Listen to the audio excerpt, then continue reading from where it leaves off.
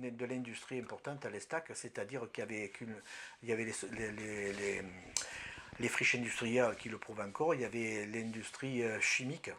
C'était la plus vieille usine de France, je crois, les établissements Kuhlmann, qui était important. Puis il y avait aussi les carrières, puis il y avait les tuiles. On chargeait les tuiles à Somatiété. Donc c'est un site qui n'était pas que pour les pêcheurs. Hein. Je vous parle à partir de 1800 et quelques. Quoi. Donc au 19e siècle, cette zone était quasiment désertique, c'était un grand plateau. Juste l'Estac, c'était un petit village de pêcheurs, ça ne ressemblait pas du tout à ce que c'est aujourd'hui.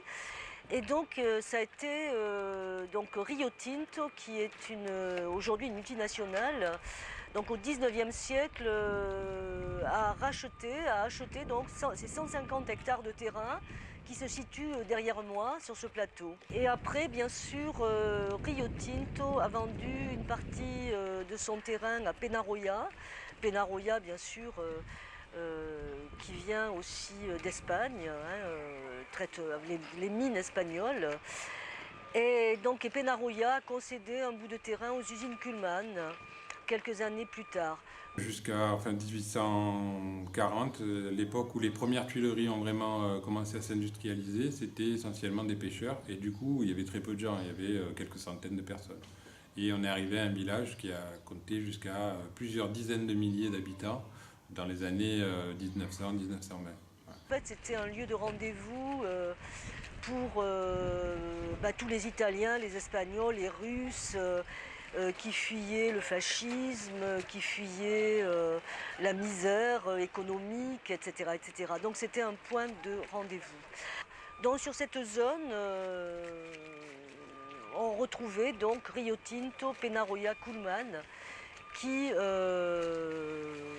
traitait le plomb, l'arsenic principalement, et après tout ce qui est chlorométhane, sulfate, etc., des produits extrêmement dangereux.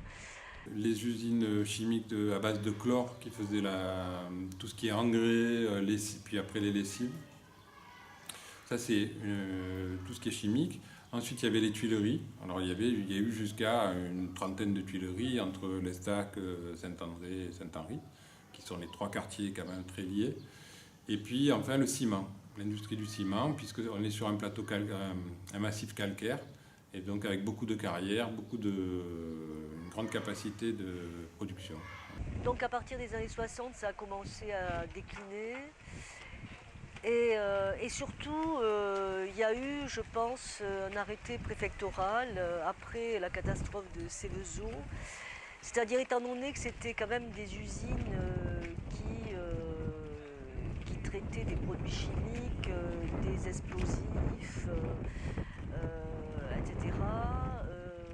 Vu la construction donc, de toutes ces courées ouvrières qui étaient trop près des usines, je pense qu'il y a eu un arrêté préfectoral, et puis aussi parce que ils voulaient pas, il fallait faire des travaux, etc., pour sécuriser peut-être, etc. Il y avait, et donc les usines ont fermé au fur et à mesure, voilà. Et sont partis sur Fos.